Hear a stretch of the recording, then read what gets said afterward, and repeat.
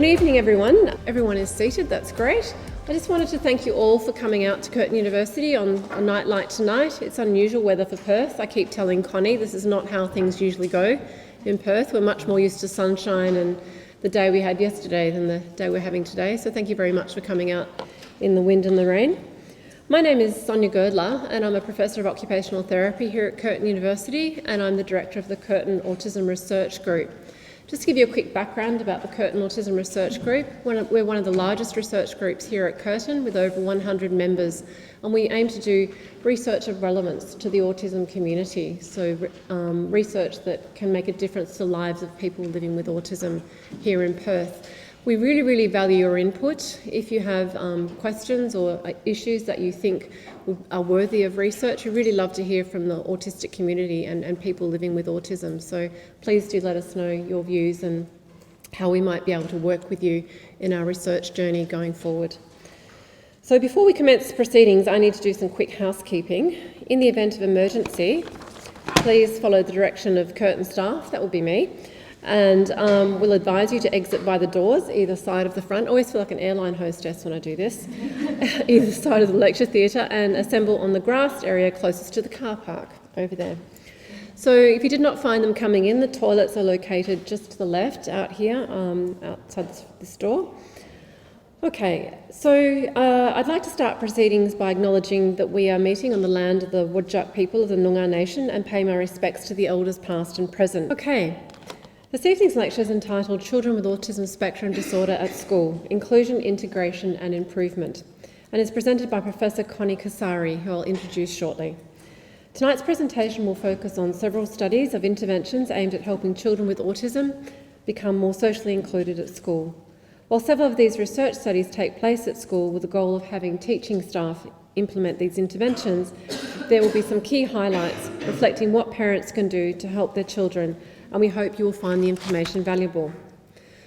After Professor Kesari's presentation, there will be some time for questions from the audience, so we ask that you please hold your questions until this time. I would now like to welcome Professor Connie Kasari. Connie Kasari is a Professor of Human Development and Psychiatry at the University of California, Los Angeles, or UCLA. Since 1990, she has been on the faculty at UCLA, where she teaches both graduate and undergraduate courses, and has been the primary advisor to more than 60 PhD students. That's more than me, team. So, she is a founding member of the Centre for Autism Research and Treatment at UCLA. Her research aims to develop novel, evidence-tested interventions implemented in community settings. She leads several large multi-site studies, including a network on interventions for minimally verbal school-aged children with ASD, and a network that aims to decrease disparities in interventions for children with autism who are underrepresented in research trials. She is on the Science Advisory Board of Autism Speaks and regularly presents to both academic and practitioner audiences. We are so very delighted to have Connie here at Curtin. She travelled here yesterday all the way from Los Angeles and is freshly jet-lagged. But I'd like to thank her for her time and to delivering tonight's presentation and for her effort in coming all the way from America to speak to us. So please welcome Connie Kasari.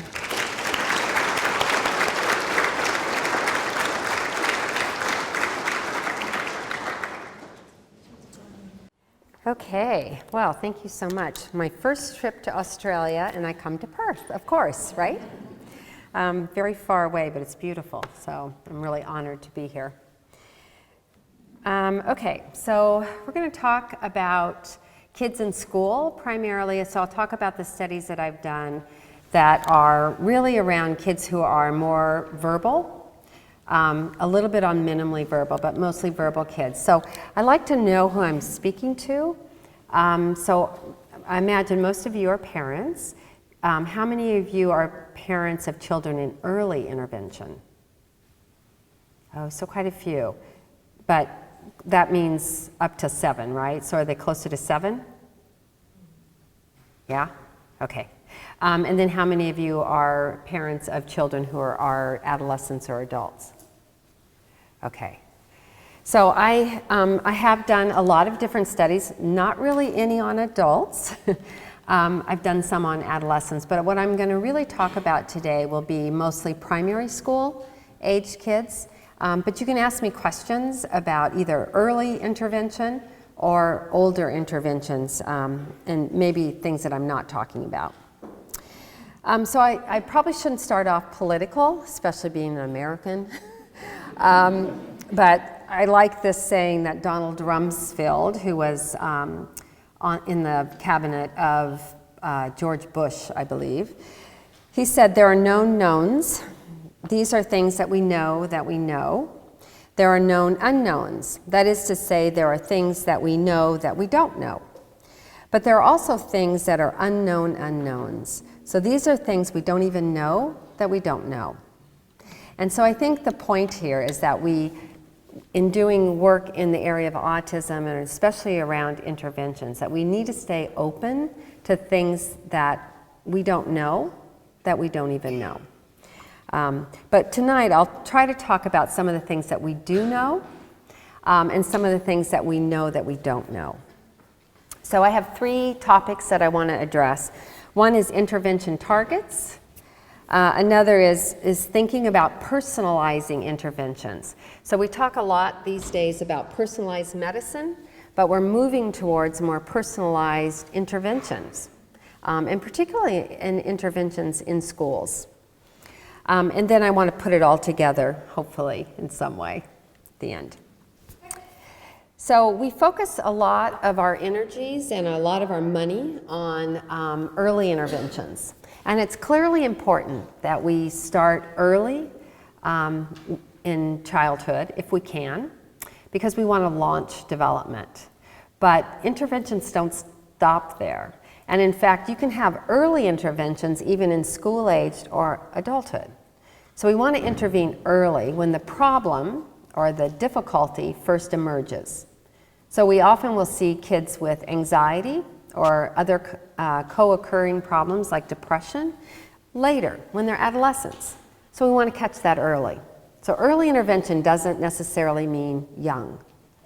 But most of our money and funding and research has gone towards early interventions, and that's luckily beginning to change because kids still struggle at school. And I sort of got into more primary aged or adolescent work because our early intervention studies were, you know, we learned a lot. We saw kids make tons of progress. They'd go to school and the parents would call up and say, my kid is struggling. And so what do we do now? So it became important that we started to think about interventions that went beyond those early ages.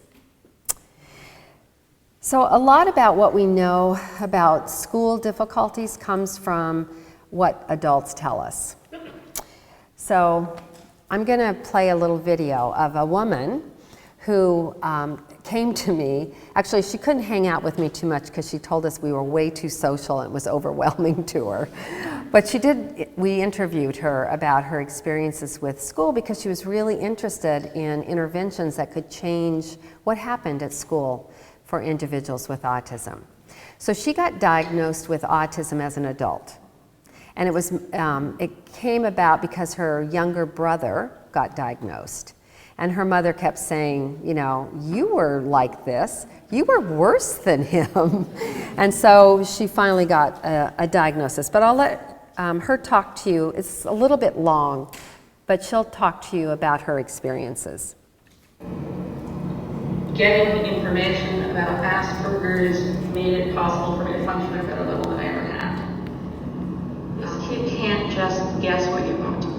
If you tell this kid, you can work at any of 5 stations, they will take you at your word. And if you want, and if your curriculum actually requires kids to spend time at every station every couple of weeks, you're gonna have to give them a schedule. I would have killed for a schedule. I would have killed just to have people let me know what the heck they wanted of me. And maybe even have people who didn't assume that when I was not giving them what they wanted, it was willful. Because every time a teacher in the classroom is frustrated and eye-rolling and acting like this kid is just a pain, and she's doing this on purpose, and I can't believe I have to deal with this, all the kids pick it up and they know that's our target. That's the kid we can come after you now. we've got adults who are constantly calling me stupid. My problem was I was bright, but I struggled in the classroom. The number of people, the fluorescent lights, the confusing goals, the fact that teachers wouldn't really tell me what they wanted, and we had different. Once you've done your worksheet, you can go to any of these 5 stations, whichever one you want. Well, I went to the book reading station every day. The teacher would say, "Won't you try some other station sometime?" And I'd say, "Sure." But she wouldn't give me a schedule. And she kept saying, "Pick whatever you want. I want to read. I do not want to go to the math game table where I have to interact with another person. I want to go to the one where it's quiet and there's a little room divider. Everything else involved interaction except that." And the other thing about the classroom is I don't know what the teachers want, I don't know what the kids want. And the teachers loaded me with stuff that gave the other kids reason to bully me. Because the teachers didn't understand what was going on. What happened in the classroom created bullying situations in the playground to do. And when I read, I go into super duper hyper focus. Just like. So every day I'm reading a book after I finish my handout, and the teacher wants me to stop and get in line. She is Jennifer, and she winds up having to come over and tap me and say, "Jennifer," every day. And she's fed up with me ignoring her because I want to keep reading. So she decides one day, everybody else has got in line to go to the playground, everybody else has their coats on, is lined up. And she says, "Well, Jennifer, we're waiting for you," which I didn't hear. "Jennifer, anytime you're ready, we can go to recess." After probably 5 minutes, she finally came over, tapped me on the shoulder and said, "Jennifer, we're going to go to recess." I didn't know what had happened. I found out on the playground. Every child in that class knew I had cheated them out of 5 minutes of recess. But basically, over and over, teachers set me up in a classroom in ways that led to the other kids coming and, how stupid do you have to be to not hear the teacher when she's standing next to you and says it's time to put your coat on for recess? Yeah, this is. Okay. So she's, pretty powerful in terms of what she's telling teachers they needed to do differently. She's the one who actually named an intervention that we developed called Remaking Recess, because she said, "You just need to change this. You need to remake recess." So I'll talk about that study in a little bit. But I think one of the things I want to point out is that she has this wealth of knowledge about her experiences, but she's really thinking back. Just like you as an adult think back about your childhood, and we kind of revisit what we experienced. And I think that it's really important to recognize that kids going through something now may not have that same reflection. And so it should make us think about how we might intervene. But where we get a lot of our information about how to do interventions comes from adults. All right? But I'm going to show you some videos of kids that are younger. These are 2 kids who are verbal. They were in my early intervention study. That was for 3 and 4-year-olds. They both did really well. They went off to inclusion. They're 3rd graders now. They both have, normal IQ, whereas they didn't when they were 3 and 4. And this is on this diagnostic assessment we do with kids with autism. So we're asking them questions about their relationships with kids at school. So here's the first little boy's comments. Do you get along good with kids at school? Yeah. Are there sometimes things that they do that make you mad or irritate you? No. No? Very good. Do kids ever tease you? No. Do you ever tease kids? No. Oh, okay, good. So what do you think? What do you think's going on? Yeah? That little boy has an answer for me. What is it? He only said one yes. He only said one, yeah, he said mostly no, right? He said mostly the kids, yeah, nothing happens. He doesn't tease kids, kids don't tease him. But his mom tells us that he is teased at school. So he just seems a little bit unaware of what's going on in his environment, right? And we see that a lot in kids. So we call it blissful obliviousness, right? Okay, so the next little boy, same age. Were you ever teased or bullied at school? I think so, but not really. I think so. Maybe a long time ago. Maybe, I don't know. You don't remember? No. Yeah, no. I don't. Not even bullied. I never saw that bullied. Do you ever try to change things so that other people won't tease you? Yeah, but it doesn't work. It doesn't work? Yeah. What have you tried? I tried being nice to them, trying to be happy and do stuff that I'm supposed to do when bullies or bullying me or something. But it doesn't always work. It doesn't always work. Yeah. Does it work sometimes? Yeah, sometimes. Oh, okay, good. Okay, yes, and he has, mother's piggies. I bet you want to say that that's not a very good strategy, right? To go along with what the bullies are doing? You probably shouldn't go along. So this little guy recognizes he's getting teased a little bit, but he doesn't have very good strategies for handling that. So I think what this points out is that we have a lot of variability in how children experience their situations. And interventions need to consider those different experiences, because the one little boy who's more oblivious, I mean, what should we do? Should we tell him that he's being bullied? I mean, what's our intervention for him, right? Or do we just let him be because he's not aware?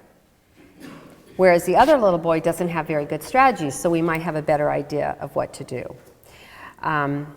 What happens, though, is that we tend to give everyone the same exact intervention.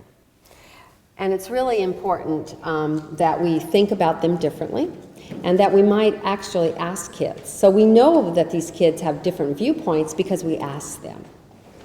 Most people, when they do research, don't actually ask the kids. They're going to ask you as parents, right? Okay, so the first thing we need to do is to think about how we're going to gather information to inform our interventions. So this is really important, and it relies on a good assessment. So a known is that we probably need multiple measures, because children are different in different contexts and by different reporters, right? So we probably should not rely on one assessment. So if you just think about the measurement issues in schools, so parent report is what a lot of people will use, and yet parents are not at school. Typically, they're not at school. So they may not know exactly what's going on, but it's filtered back to them by their children, who may or may not understand what's going on. Teacher report, teachers are often not on the playground either, right? And then we can get self-report, so the child's report, and then we have to filter through how much do they understand what's going on. And then we can do observation. So we can have the researcher, like me, come in and do an observation, and that's limited in time and scope.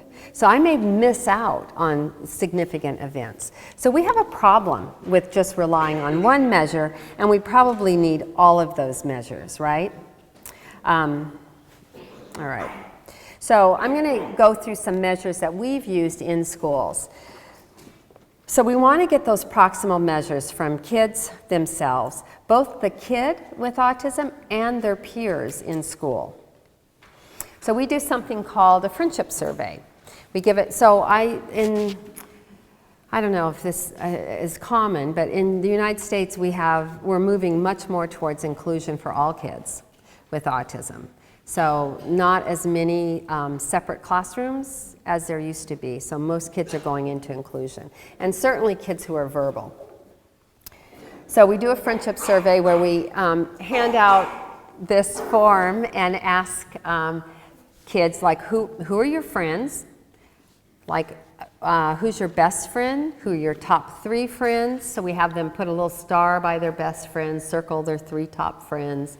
We ask them, are there kids that you don't like to hang out with? And then we ask them, well, who hangs out together on the playground?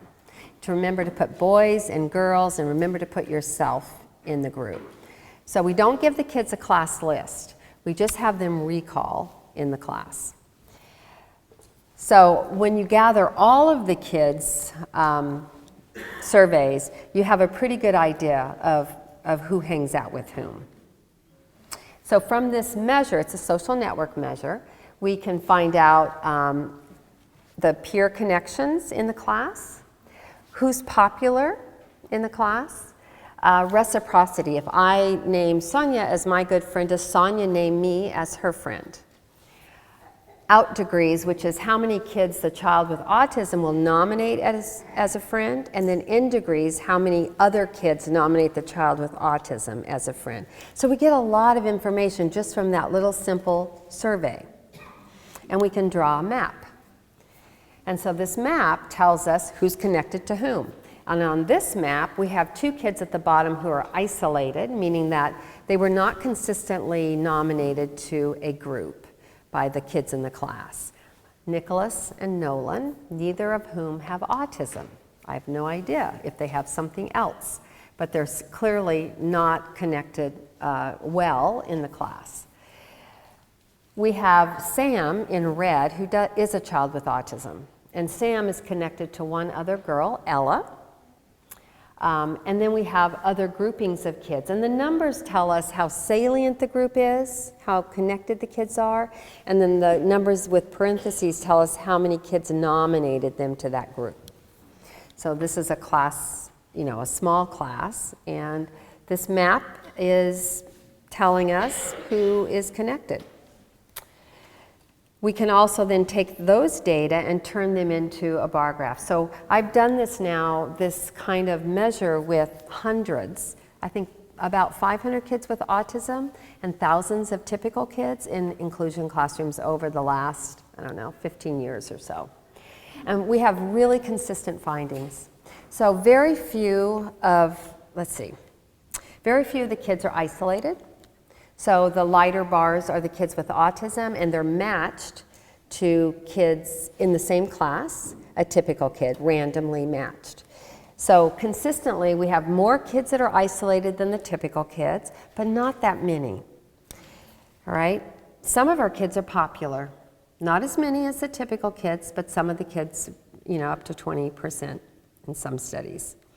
The majority of our kids are peripheral. So they're like Sam, hanging on to one other child or hanging on to the edge of a group. And then, the goal is to move them towards more connected, either secondary or nuclear. So when we think about who's connected to whom and whether or not there's reciprocity, a friend in the class, we find that almost all kids with autism can nominate a friend, at least at the younger ages. So over 90% of the kids. But by the time they're adults, that drops down to about 50%. But reciprocity in a class is pretty limited. So in other words, you're not getting the friend to nominate them back, or the child with autism to nominate the friend. It goes both ways. It's around 20 to 34% for ASD, but it's only about 60% for typical kids. So it's not 100%. All right, so how do those self and peer reports go along with observations of the kids in the same class? So to do this, we do observations on the playground. We have people that are blinded if they're in an intervention. They're blinded to which group they're in. And they're measuring things like how engaged they are with other kids. Are they playing next to them? Are they noticing the other kids? Are they jointly engaged? Or are they isolated? Like maybe running the periphery of a playground. And to give you an idea, so this is a kid who's solitary, isolated on a playground. In yellow.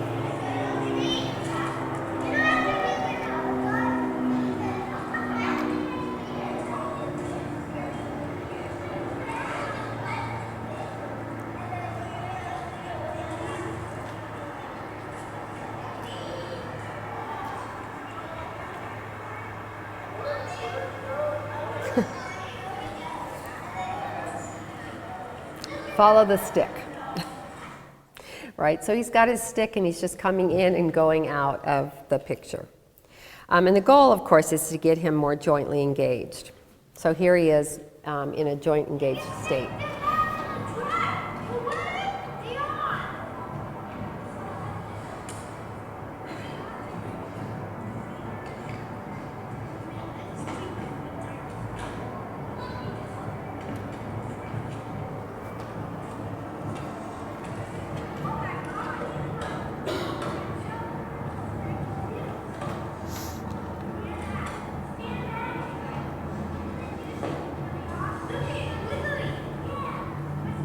May go on forever, may go on a while. Okay, so you may question that they're flipping sand, but they are having a conversation, they are jointly engaged, all right?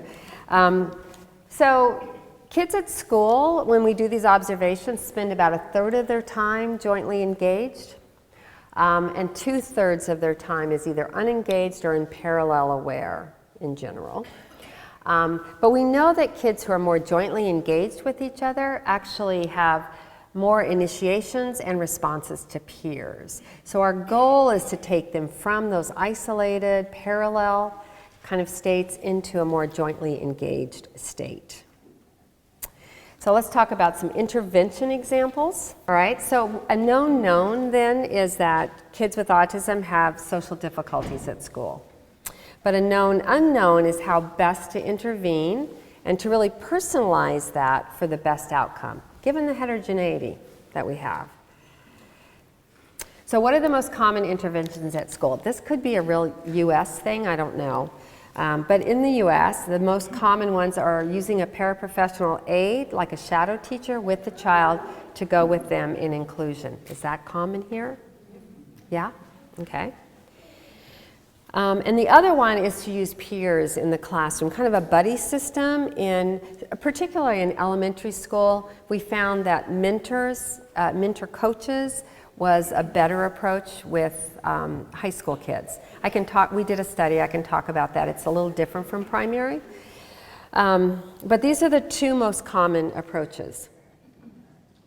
So we did a study a number of years ago, kind of trying to compare the peer versus the adult mediated or the adult shadow approach. And we had 60 kids in this study, so not a huge study, but not a tiny study. All had above a 65 IQ, meaning they were relatively normal. They were fully included in general ed, and they were 1st through 5th graders. And our primary measure for outcome change were those maps. We wanted to move kids from more isolated or solitary, or less involved places on the map to a more jointly engaged place. So the study was in schools, and we randomized kids to either this child-assisted approach, which is the adult shadow idea, the adult teacher, versus a peer-mediated approach. So the child-assisted was, we thought this was going to be the best intervention because we knew what we were doing as researchers. We came into the school, the teachers were not taught how to do the intervention because the only way that we got into schools was that if we did it all and we didn't bother anybody, or so we were told. So we observed the child on the playground, we got teacher reports, we got peer networks, we got self-reports, we talked to the parents. So we knew what the issues were, and we determined the top 3 problems for that child in the school. So it could have been that they wouldn't take turns on the swing, it could be that they were aggressive, they wouldn't go out of the game, it could be any one of a number of things. And then we worked on those problems one at a time. And we contrasted that to the peer-mediated approach. Now, because we weren't allowed to talk about autism in the school, we selected 3 peers in the class who were willing to just be playground ambassadors, helping kids get along better during recess. And we had those peers meet with the researcher, and we had them generate kids on the playground who were having difficulty. Now, sometimes they didn't include our kid with autism, so we'd always have to be sneaky about coming around to our kid with autism. Why didn't they include our kid with autism? Sometimes they had a shadow teacher and they never thought of that child in their class. He had that special teacher, right? Or the kid just, you know, I don't know, maybe wasn't having that many difficulties. That's one of the things we learned about research, that just because you have autism doesn't mean you need an intervention. We can talk about that later. And then we had peers generate the ideas to help kids, because if you've been to enough schools, you know that every school has different games and different rules on the playground. And so it was important that we had the kids themselves generate, why is he bringing that here? We had the kids themselves generate the strategies. So they were all a little bit different. So the study design was a 2x2. So you could get randomized to the child-assisted approach or to the peer-mediated approach, to both of those, not combined, but done separately, so 2 different groups, and to no treatment, which would have been just inclusion, which a lot of people think is an intervention, right? So it was a short-term study. It was 6 weeks, 12 sessions with a 3-month follow-up. And those sessions were 20 minutes long, so we're not talking about an intensive intervention. So this was our outcome measure, social networks. And what did we learn? Well, lo and behold, intervening with the peers made the biggest difference, whether or not it was the combined approach or just the peers in engaging kids with ASD.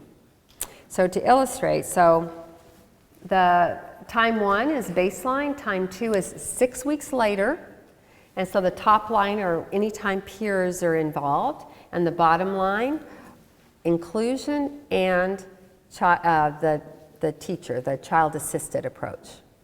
So having an informed adult do intervention with the kid at school twice a week, 6 weeks, made absolutely no difference.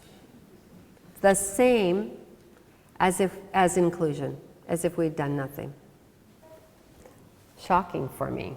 Of course, I hypothesized that that would be the better one. And then we maintained at follow-up. It dipped a little bit, but it's still better than baseline. All right, so to illustrate, I don't have a pointer, but E5, so we changed all these maps to numbers and letters, not kids' names. So E5 was a little girl in 2nd grade. She was isolated at time 1. At time 2, we came back. We had these done again, and she's connected to a group. We come back in 3 months, and she's still connected to a group. So that illustrates kind of what we found. We learned some other things as well. We learned that the number of received friend nominations was greater for kids who had the peer-mediated intervention, so more kids in the class nominated the child with autism. They were less isolated on the playground, so we were going every week with blind observers watching what was happening on the playground. The kids were less isolated, but importantly, not more jointly engaged. Fine difference.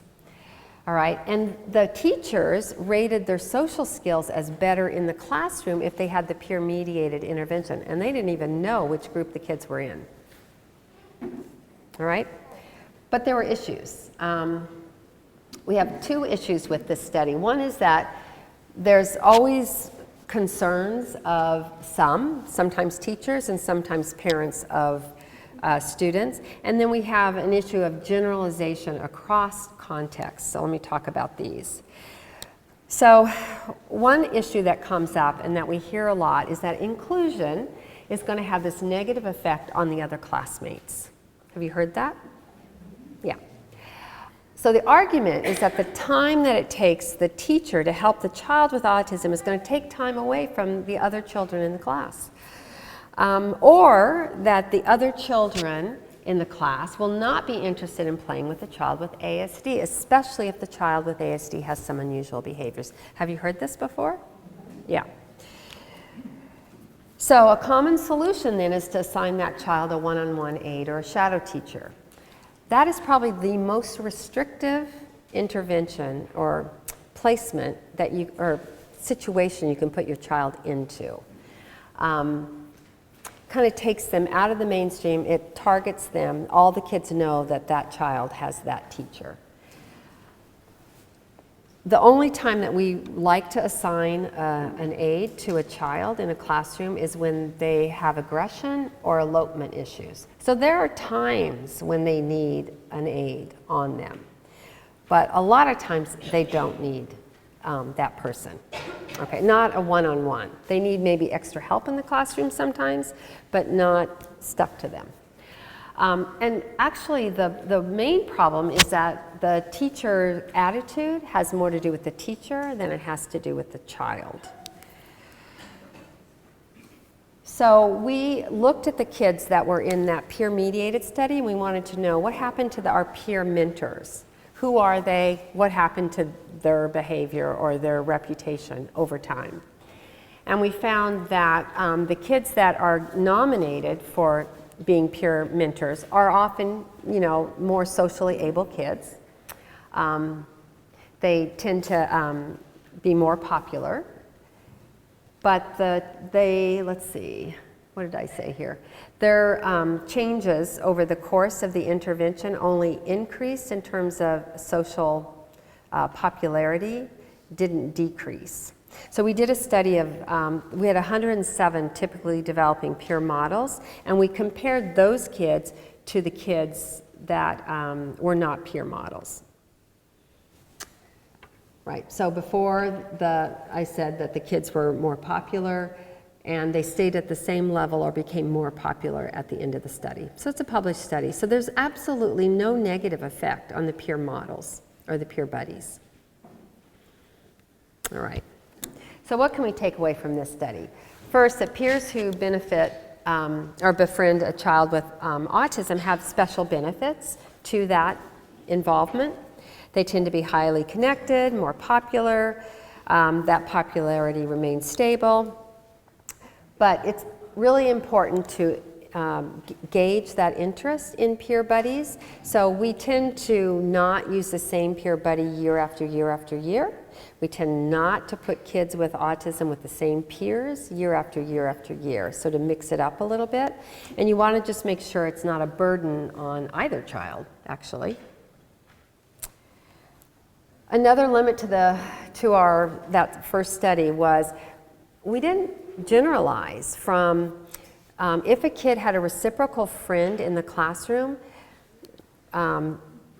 they were not any more connected on the playground, so they weren't more jointly engaged. They could be as isolated on the playground as kids who didn't have a reciprocated friendship, if that makes sense. So that seemed to be a problem, and we decided that because the intervention that we did wasn't actually done on the playground itself, this is where our adult told us that that's where we needed to be placing our intervention. And so we developed a very simple intervention called Remaking Recess that we taught to the aides that are on the playground. So I don't know how it is here, but teachers aren't on the playground monitoring what happens. It's usually a paraprofessional aide. Is that the same? Yes? No? The teacher's on the playground? Okay, so it can vary. So in inclusion, it's mostly playground aides. So this was done very specifically for teaching non-professionals how to engage kids on the playground.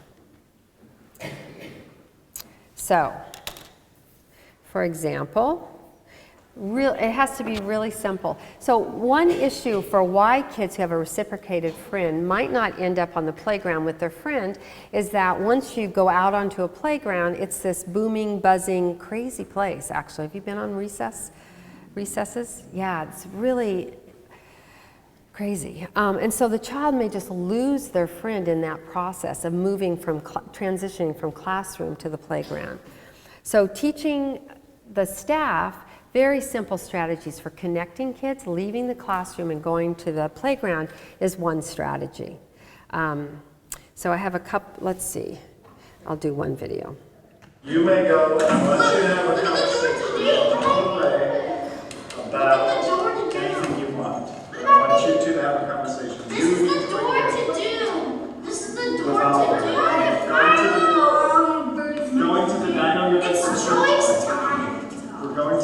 handbook for choice time, but And then Skylar, not you. then it's free play time, so we get extra time with the dino. Choice time and free play are the same thing. Now you guys need to have a conversation about something and walk.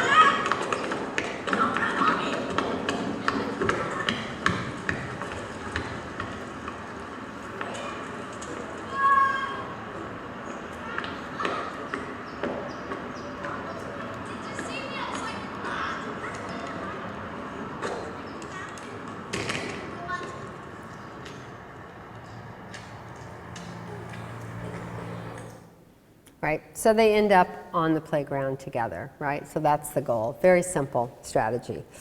It's boy talk. You may go. Oops. Okay, so we also teach principals how to do the intervention, and very simple strategies. In this one, you'll see.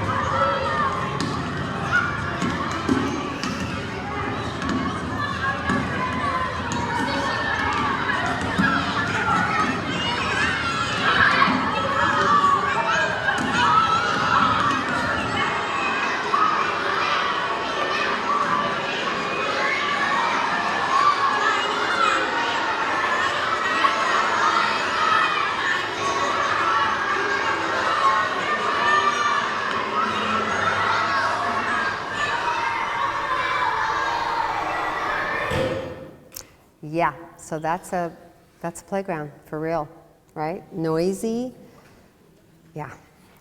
But it's really important to get the staff out there to engage with the kids. We didn't get that many principals out there, but this one was a big champion. And he was handing out little social menus. So for some of our kids who sit on the edge of so, you know, we eat lunch outside year-round in LA, right? There's no indoor places to eat. And so our kids would sit on the edge of the bench. And so to get them more connected to the kids, they gave them these little social menus with jokes. Actually, the neurotypical kids in the class loved these and handed out new ones every day. So it was just a little icebreaker for the kids. And so what we found, again, is that the top line are the paraprofessionals who were taught Remaking Recess, and the top line are the kids in joint engagement on the playground during recess, and the dotted line are those kids who are waiting for the intervention. So again, a very short-term intervention, 6 weeks with pretty good follow-up. We did a larger multi-site study that's now published, 80 kids, K through 5th, and this time we're looking at the social network map, and at follow-up, that looks better for the kids who got Remaking Recess versus kids who were waiting. All right? So what can we take away? So paraprofessionals can make that change on the playground, and the studies have been somewhat uneven though, right? So sometimes we can improve what happens on the playground, sometimes we can improve the social networks, and it suggests that there's just a lot of variability in the kids that we see in schools and in day-to-day kind of interactions. And so these are very light touch interventions. They don't take much, you know, they're simple, they're really simple, and they're short term. So some kids probably need more intensive interventions. So some kids are going to benefit from direct instruction. So in thinking about inclusion, a couple of things you want to think about. One of them is propinquity. So children are more likely to be friends with those they have contact with. So it's geographical compatibility. I'm going to have a hard time being a really good friend with someone in Perth because I live halfway around the world, right? We're not geographically connected together. So if you think about a child with autism, if they're not in the classroom with the other kids, how are they going to be friends? So you have to co-locate them. Homophily has to do with connecting kids around common interests. So it's a big push right now in autism that you have these common interest groups for kids, and that's how they're going to connect. So those two different theoretical reasons for why we're friends, you know, I'm going to be friends with somebody who shares my interests and not with somebody who doesn't share my interests. So both of those are important for developing friends. So we did another study where we did an engaged group versus a skills group. So a skills group is what you often see in a clinic. You bring together a lot of kids with autism, probably at different schools, different classes, they don't know each other, you bring them together and you give them this didactic set of lessons on how to make friends or how to have better social skills, right? Very common here, it's common everywhere. Is that rain? Whoa. That's a bucket, right? I learned that word. So we'll just keep talking. We'll not send you out in the rain, no. Or we'll do an engaged group, which is having the child with autism with neurotypical kids from the same class around common interests.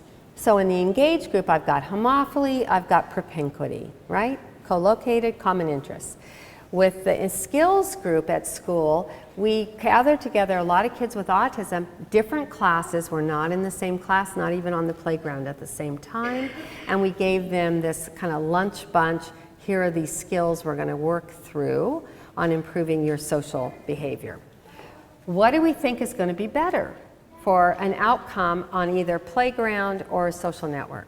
What's going to work better? Engaged group? Yeah, theoretical, that makes perfect sense, right? So we published a study, social groups at school.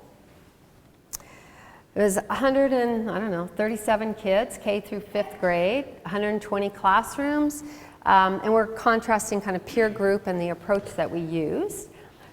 We did it during lunch period, about 20 minutes, 2 times per week. Again, short term, 6 or 8 weeks, I don't remember now. And because I hypothesized that engage would be better, what came out? Skills. Those kids that got the skills intervention did better on the playground connecting to other kids more than my kids in the engage groups. Right? And we had an important, I have ideas about why that happened. We actually interviewed the kids, the neurotypical kids in the engaged group and said, do you like coming to the group? They said, oh yeah, we love this group. We love playing with, you know, the people in the group. But we have our own friends during recess, right? So while they liked that, it wasn't enough to change who they normally played with. But a moderator was the teacher relationship. So If you had a good teacher relationship, the child and the teacher, then you did better in the engage group. But if you had a poor teacher-child relationship, and if you had both of these things didn't need to be present at the same time. Poor teacher relationship or higher rated behavior problems, you did better with the skills intervention, direct instruction. Okay? So what do we take away from that? So inclusion, it can be the right placement for kids for a lot of reasons. Children will likely connect to other children like themselves. So that could also be other kids with ASD. And we don't think about that as much as we should. So that can be homophily. And I think that's what we provided in the skills group. The issue is whether kids are going to have access to each other, so propinquity. So when we bring these kids with autism together in a group, we've now provided homophily and propinquity, right? And then the teacher support and the relationship with the child turns out to be really important. Okay, so putting all this together, what happens to help all kids in a school setting? So a known is that autism is really complex, and there are lots of different interventions designed specifically for ASD, but they vary on ability, and there's heterogeneity in response to interventions. So what we know from all this is that a single treatment is not going to be effective for all kids. Oh, that poor baby. And I've just shown you 3 or 4 studies where we've gotten different results, right, on different measures. So the sort of known unknown right now is how do we take all this information we have from all of these different interventions we do and put it together so that we can personalize intervention for a particular child. Because what we want to have happen is your child presents with these issues or this whatever. What do we do? Let's not waste time. What do we know from the research that's going to put us on a better trajectory? So we still don't have the answers to this, but we did a study where we tried to put these different components together. So the first thing we did was we randomized kids to all the kids got Remaking Recess. That's an environmental change. We're changing the environment of the recess to be more supportive. And then we gave half of those kids also classroom support, so more support of the teacher. Like our adult told us, we needed to do some things differently in the classroom, particularly around transitions and peer groups. And we did this for, I think, 2 months. And then we decided that all kids could benefit from having peer-mediated or parent-mediated interventions. So peer-mediated, like I talked about before, where we bring typical peers to help us with kids on the playground. Or we responded to parents' desire to have more support on how to do a happy, good play date at home. So we would go into the home and they would bring a child over and we would facilitate strategies for having a good play date. So all the kids could get that, and that went along for a few weeks. And then we measured their response, all right? So if you were an early responder, you were doing great, you made a lot of improvement, you just stayed on the same course. We didn't do anything else. But if for some reason you were having a poor response, a slow response, we gave you the rescue. So we gave you everything, parent, peer, everything that we could to try to make everybody go along into a more positive trajectory. So the issue here is we don't need to intervene until we need to intervene. But we don't know yet who needs more intervention or less intervention. And so that's the goal of doing research, is that we can pinpoint our resources more effectively.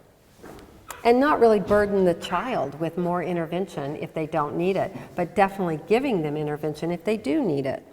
So these are called SMART designs or adaptive treatment designs, and we've been doing those for a while. So there are also these kids that are nonverbal or minimally verbal. We know about 30% of those kids are minimally verbal, and it's important to be able to get them to talk. It's a fairly understudied group of kids.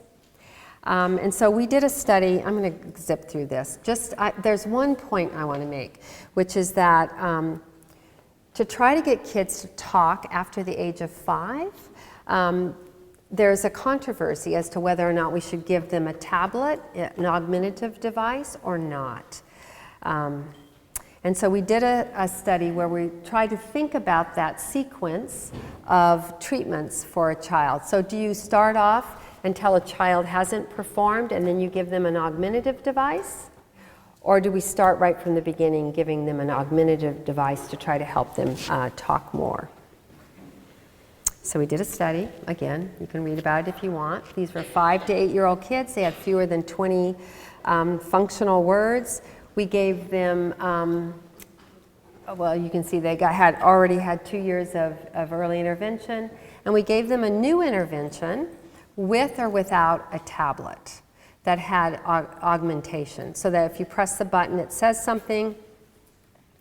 And it, again, was one of these personalized designs where we are going to measure their response after, in this case, it was 3 months. And at that point, we're either going to combine interventions or we're going to increase dose. So what did we find? We found that kids who got all of them got the same behavioral treatment. The kids who got the treatment plus the device actually started talking more, by on average 60 words more that were socially connected words. And that continued through follow-up. And the kids who got the behavioral treatment without the tablet are making slow and steady progress, but not as fast. The kids who got the tablet also had more novel words and more comments, spoken words. All right, so that's my very quick point on that. So a known then is access to communication is critical, and embedding that AAC, that tablet, within an evidence-based intervention can help, and it doesn't inhibit speech, it actually facilitates speech. So we're commonly putting kids on devices now, even younger than 5, if they're not talking. Okay, so what matters? Well, peers matter, and we want to think about homophily and propinquity. Interventions are needed where you want the change, so during recess is important if that's where you want the change, or in the classroom if that's where you want the change. The approach you choose has to fit the context, has to fit the school, has to fit the situation, right?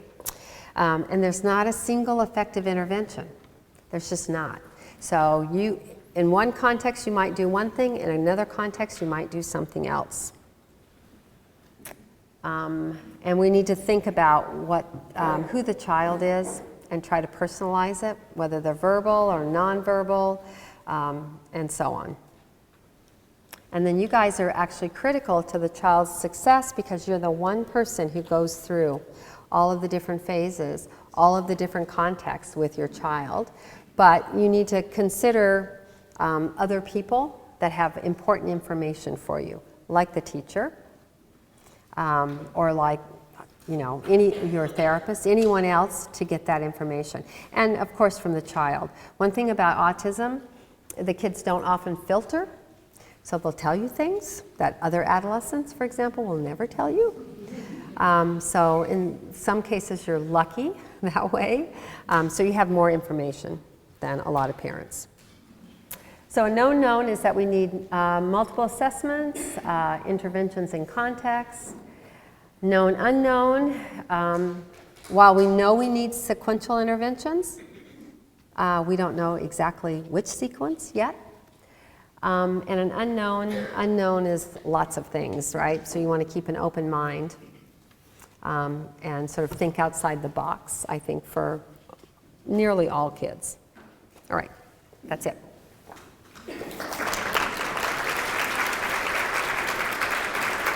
Okay, everybody, just before we wrap up This evening, I would like to thank the team from the Curtin Autism Research Group for volunteering, and particularly Linda Lee for all her organising, who makes these events possible as part of the Curtin Autism Research Group, for the Curtin Corporate Events team, who also make these events possible and work a lot of late evenings, to Curtin University generally for funding this event. This was funded by the Office of Advancement, so I'm very grateful to Connie Kids, who also helped put on this event tonight, the Telethon Kids Institute, so a joint event with the Telethon Kids Institute, but mostly to Professor Connie Kasari from getting in a plane and coming all the way from the US to Perth with such terrible weather. Oh. You'd think we could put terrible weather on for a visiting professor, but I just have a small gift to say thank you, Connie, so thank you for your time.